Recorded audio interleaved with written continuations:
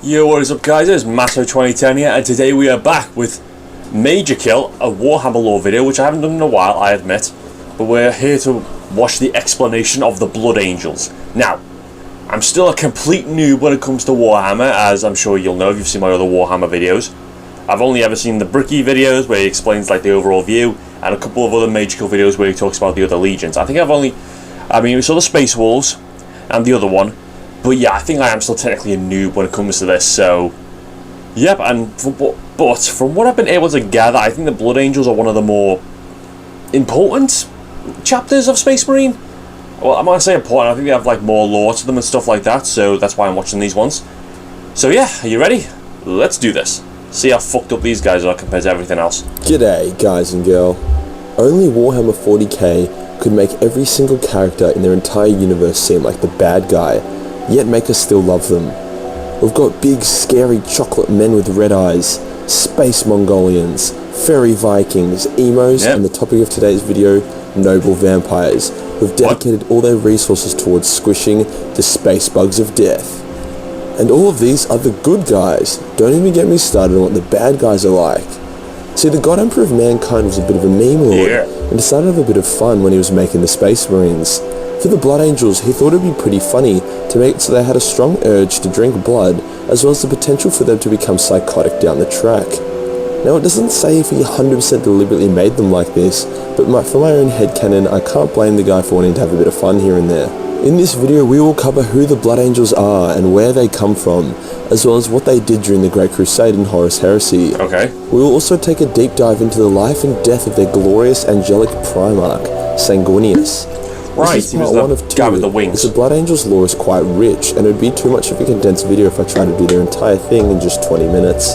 Oh, they'll game him, isn't that what Bricky said? I have some exciting news. In the 30th millennium, the Emperor of Mankind got a little bit frisky, and decided the galaxy was one big pair of cheeks that just needed to be clapped. Hence he struck a deal with the local Asian, pervert, American and autistic dude to gain some power in order to create 20 demigod super soldiers. When it came to paying this merry band of shady characters, the Big E was like, "Oh sorry, we speak no English," and then he blocked their Instagrams. This obviously pissed them off, hence they yeeted his little demigod babies across the galaxy. Some of them landed on really shit planets and became assholes. Some of them landed on awesome planets and became cool dudes. Sanguinius, our glorious hawk boy, was different. His planet sucked megaballs. His planet Baal was actually 3, Baal Prime and Baal Secundus, and they used to be paradises. However, they nuked the living shit out of each other, as people, generally tend to do, hence all the planets in the Baal system now sucked. Think a mixture of Fallout 4 and Mad Max. There were mutants everywhere and feral animals. Only a tiny population of humans remained who didn't completely suck. Sanguinius lands on Baal Secundus and is discovered by some somewhat okay humans, who consider killing him for being a mutant as he has wings growing from his back, but then like, wait, he's a glorious hawk boy. Hence, they adopted him instead. As far as origin stories go, Sanguinius is quite standard and actually kinda boring. He grows up fast, helps his people, kills bad guys on his planet and becomes their leader. Then the Big E rocks up and is like, "Yo," and Sanguinius is like, "Hey dad, let's go crusading together." Good game, easy. Probably one of the more seamless Primarch adoptions by their Big E. Something to note, as Sanguinius grew up so did his wings, however despite their size, it should have been technically impossible for them to lift him up and travel the kind of speeds he was travelling. This on top of the fact his bones were very dense, not the hollow kind required like birds have. Hence from the get-go, Sanguinius was infused with warp spaghetti, something he kind of felt bad about. Sanguinius spent a lot of the Great Crusade by the Emperor's side, him and his Blood Angels acting at his honor guard. Because if you're the Big E, the angelic Aryan dude by your side looks the golden guys? Now the Blood Angels before they found Sanguinius were a bunch of violent degenerates, sent in as a vanguard to basically massacre the enemy then feast on their flesh. While some legions gained their original Astartes from cool or noble people from Terra, the Blood Angels got theirs from mutants, scum, and bold cunts. To put it simply, they weren't called the Angels originally. As they were mostly the first ones into battle, especially against some unknown powerful enemies, they often suffered pretty severe casualties, as they were constantly engaging in glorious melee combat after literally drop-potting right on top of the enemy's heads. Despite all the deaths, they could rebuild their forces really quickly, as they just grabbed whatever hobos were strung along around the crusade and shoved them full of gene seed. Despite this, they were surprisingly less sadistic than the Night Lords, so I guess it kinda worked out for them. Over the years, they were shunned more and more by the Imperium, as they were always splattered in excessive amounts of blood and gore due to their love of chainswords and vampirism. They were descending further and further into darkness, and were very close to being called forth to be exterminated as they slowly lost control. However, this all changed when they found their glorious Hawkboy. After learning about the Imperium under his father, Sanguinius recalled all of the Blood Angels to meet him. Instead of commanding their loyalty through birthright, something that the Blood Angels would not really have been super down with, he instead kneeled and pledged his loyalty to them. Nice work, Sanguinius. Despite this, there was a lot of work to be done. Sanguinius had to turn a pack of berserkers, whose ferocity was only rivaled by the World Eaters, into the Imperium's symbol of nobility and hope. He did this by joining Horus in various campaigns to bolster the Blood Angels' reputation, as they fought alongside the much regarded Wet Lunar Wolves. He also forbade anyone from eating flesh and drinking blood, which is a pretty good call by him, I would say. Wait, they actually did that? Sanguinius would continue to lead by example, his warriors becoming a disciplined force to be reckoned with, however also never losing their ferocity in combat. For a time, the Blood Angels would dumpster on any enemy they came across, fisting their way across the galaxy and building up their legend. However, like all other legions, they were eventually tested in combat, although they probably should have been tested for a bunch of things with all that blood sucking they were doing, but that's for another video. They came across a star system controlled by a faction of humans that had maintained some pretty impressive armies and technology. This faction were cocky and immediately attacked any Imperial force sent to try and communicate with them, hence the Blood Angels came in halt, hitting the first planet of the system hard and fast, full like Jack Rabbit hump style.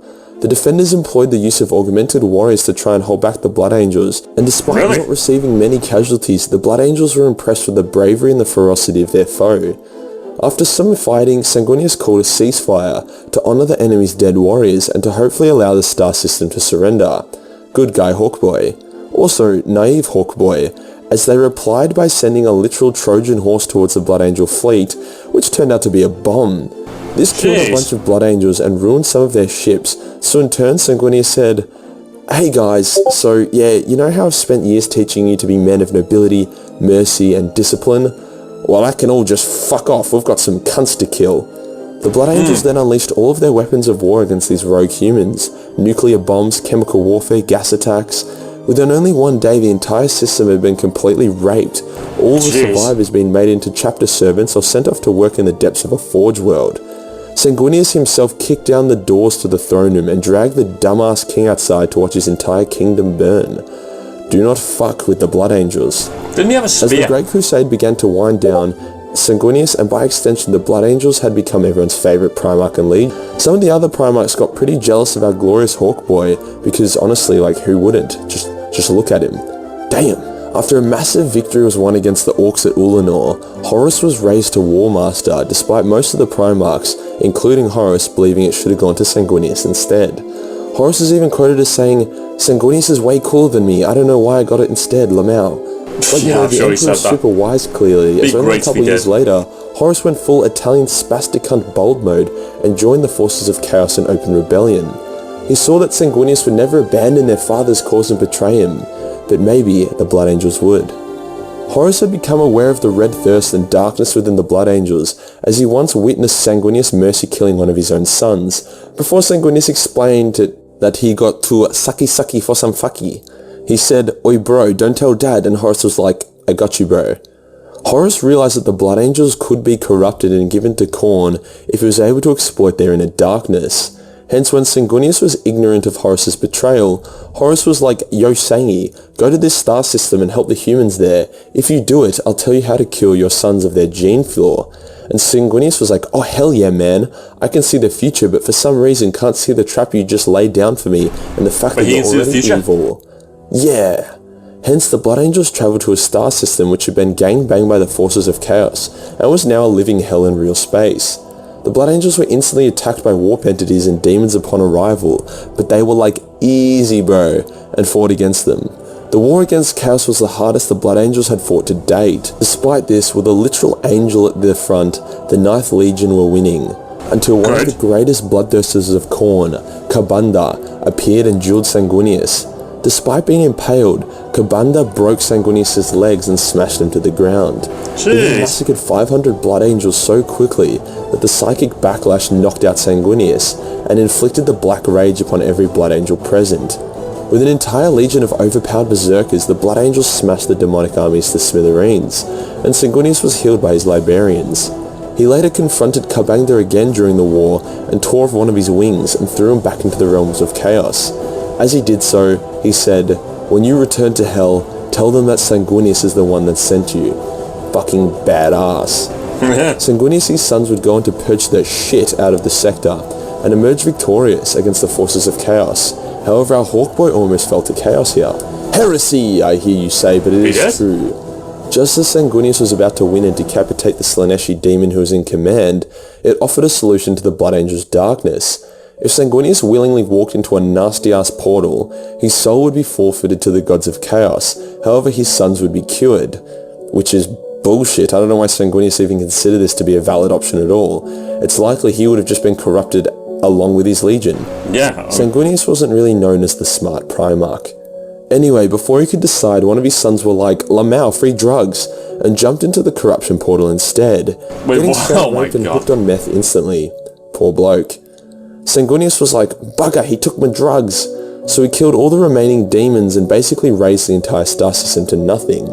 He received word from Rogel from Terra, who was like, "Yo bro, all the white neo-Nazi bold cunts are attacking Terra. We need you to come back us up." Hawkboy was like, "Sure, but I'm in fucking whoop whoop, mate." Hence, the Blood Angels in their attempt to get to Terra got stuck in a massive warp storm, following a beacon until they eventually arrived in Ultramar to meet up with Gulliman and the Lion. They had no contact with Terra, hence did not know if it had fallen or not. Due to this, Gulliman formed Imperium Secundus and declared Sanguinius as the Emperor, something Hawkboy wasn't really keen on. To make matters worse, Conrad, that little emo cunt, had gotten loose on McCragg and was being a pain in the ass, requiring the serious effort of Sanguinius, the Lion and Gulliman before they finally captured him again. Fortunately, Conrad inadvertently revealed a paradox about his own foreseen death, which basically confirmed that Terra still stood. The fairly loyal Primarchs felt a bit stupid and awkward about, Imperium Secundus, so they dismantled it and beelined for Terra. Chaos wasn't really in the mood for 3 massive loyalist forces to arrive and anal fuck their fleet, so they used warp spaghetti, shitloads of demons, and a blockade to try to stop them.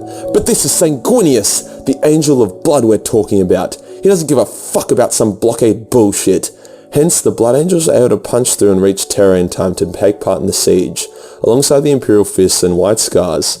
The siege was pretty rough, as almost the full might of Chaos was taking on only 3 loyalist legions.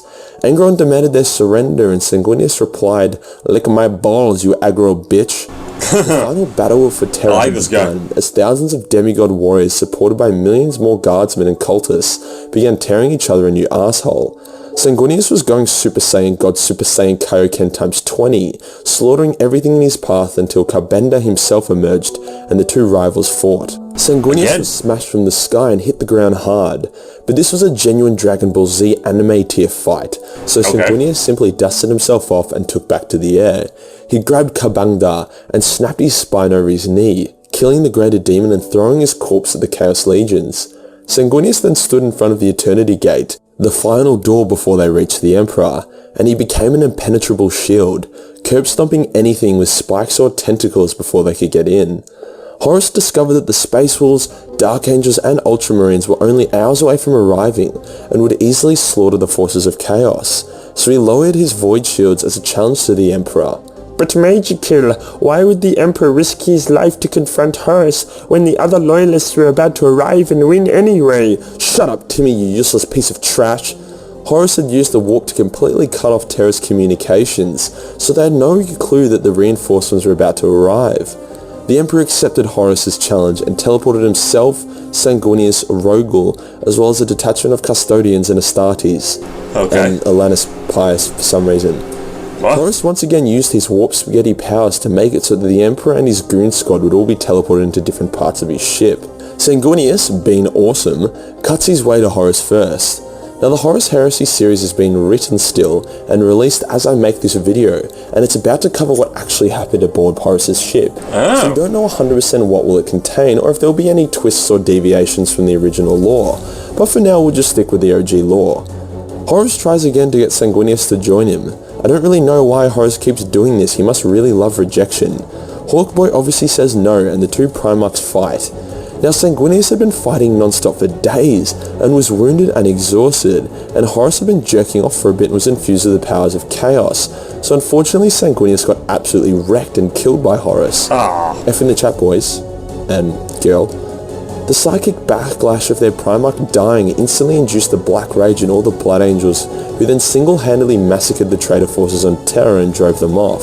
Like, imagine you're a Chaos Space Marine engaging a bolter firefight with the Blood Angels. Suddenly they stop firing and you begin to hear them scream instead. Everything goes silent, and then suddenly thousands of hyper-buff vampire berserkers emerge at the speed of sound and begin tearing through your comrades with their hands. Suddenly you notice your head has been removed from your shoulders and you didn't even see what got you. Black Rage OP.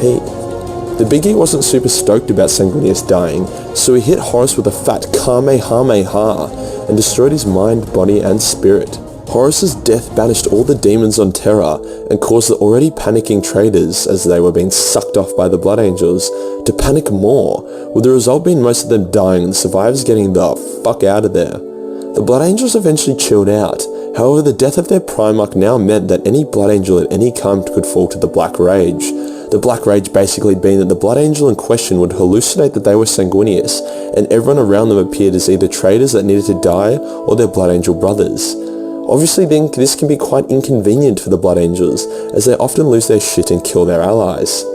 Bugger. Sanguinius' broken body was taken to Baal and into a cute little tomb. To honour his sacrifice, the Imperium declared a holiday in his name, which is nice. The Blood Angels would continue to honour his memory by maintaining the noble spirit he'd instilled into all of them. So he's dead, then no coming back. Yeah, a lot of them kind of started drinking blood again. Bugger. And that does us for today, guys. The Blood Angels and Sanguinius' origins and story through the Great Crusade and the Horus Heresy. In part 2 of this video, we'll look more into what the Blood Angels did after the Age of Primarchs had ended, as well as what their current lord, Dante, is up to. If you enjoyed this video, then consider supporting me on Patreon. Only $1 gives you access to everything, including a boatload of Warhammer hentai. Join the Discord for more memes, and I'll see you in the next one. Peace. Okay then. Okay, so now, that was fucked. Like, the Blood Angels are fucked. Like, they are fucked and they are fucked up. That's two different things, and that's terrible. Jesus. Although, Sanguinius seemed pretty cool. I'm starting to think if I want to get a good overview, I should probably look at the legions that were there first, and not like the... What did they call them? Successor ones? What are they called? Successor legions or whatever? No, to be fair though, that is I get why they're one of the important ones. That's a lot of lore. Jesus Christ, they used to drink blood. That's fucked. Ugh, how do you even process? How does that even go through your system? Oh god. Like, is it just human blood, or do they have to, like, would they eat orcs? Or chaos? Wait, if they eat chaos blood, does that mean they become chaos infused or some shit like that? I have so many questions. Oh, what? 40k is a fucked up place, man. Jesus. Okay, so anyway, yeah, that was Major Kill. I'm going to leave a link to his channel in the description down below, and this original video in the description down below. Be sure to subscribe and all that. And, yeah, if you guys want me to watch the part 2 for this one, then let me know. Or if you want me to watch another explained video on a Space Marine chapter, or a Xeno, or a Heretic, or whatever, then yeah, let me know in the comments down below also. Fucking hell, this universe is just fucked. It's one... Yeah, so let me know in the comments down below. Please like, subscribe, and see ya.